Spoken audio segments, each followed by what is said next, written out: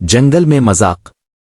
گھنے سبز جنگل میں خرگوش تیزی سے اچھلتا کودتا پھر رہا ہے۔ ادھر کچھوا آہستہ آہستہ چل رہا ہے۔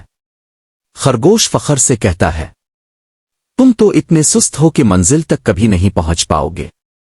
کچھوا مسکراتا ہے اور دوڑ کا چیلنج دیتا ہے۔ دوڑ کا آغاز۔ جنگل کے جانور ایک لکیر کے پاس جمع ہے۔ ہرن اور بندر جج بنے کھڑے ہیں۔ تیار۔ شروع کی آواز آتے ہی خرگوش ہوا کی طرح دوڑ پڑتا ہے۔ کچھوا پرسکون انداز میں اپنا پہلا قدم اٹھاتا ہے۔ خرگوش کی نیند۔ کافی آگے جا کر خرگوش ایک سایہ دار درخت کے نیچے بیٹھتا ہے۔ وہ سوچتا ہے، کچھوا تو بہت پیچھے ہے، تھوڑی نیند ہی سہی۔ خرگوش سو جاتا ہے۔ دوسری طرف کچھوا بغیر رکے مسلسل چلتا رہتا ہے اور آہستہ آہستہ خرگوش کو پیچھے چھوڑ دیتا ہے۔ کچھوے کی جیت۔ منزل کے پاس جنگل کے جانور خوشی سے تالیاں بجا رہے ہیں۔ کچھوا جیت کی لکیر پار کر چکا ہے۔